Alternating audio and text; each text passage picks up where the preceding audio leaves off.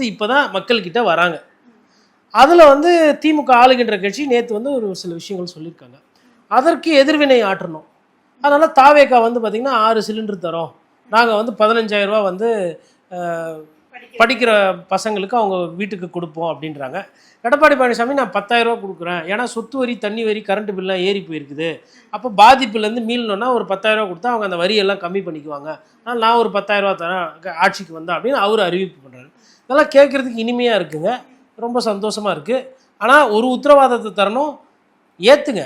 ஆனால் கண்ணாமண்ணான்னு 100 விழுக்காடு 50 விழுக்காடெல்லாம் சொத்து வரி, தண்ணி வரி, அப்புறம் அந்த வீடு வாங்குறதுக்கு போகும்போது ரெஜிஸ்ட்ரேஷன் சார்ஜஸ் இதெல்லாம் போட்டு ஏழை பழைய வயிற்றுலையோ இல்லை நடுத்தர மக்கள் வயிற்றுல அடிக்காதீங்க. அவ்வளோதான். அதில் இது சாத்தியம் இல்லையா, இது நடக்குமா நடக்கலையா அப்படின்றது 100 விழுக்காடு எல்லா திட்டமும் சாத்தியம் கிடையாது. அது இதை அறிவிக்கிறவங்களுக்கும் தெரியும். இருந்தாலும் சொல்லி பழக்கமாகி போச்சு. 2 ஏக்கரா விவசாயிக்கு நான் அதை தரேன் இதை தரேன்.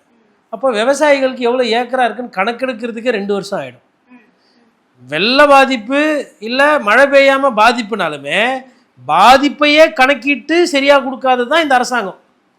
கேட்டால் மத்திய அரசு ஒப்புதல் தரலன்னுவாங்க, மாநில அரசை கேட்டால் நிதி இல்லை, அவன் காசு தரலன்றாங்க, அவனை கேட்டால் இவன் பேப்பர் தரல, ரெக்கார்ட்ஸ் கொடுக்கல அப்படின்பாங்க.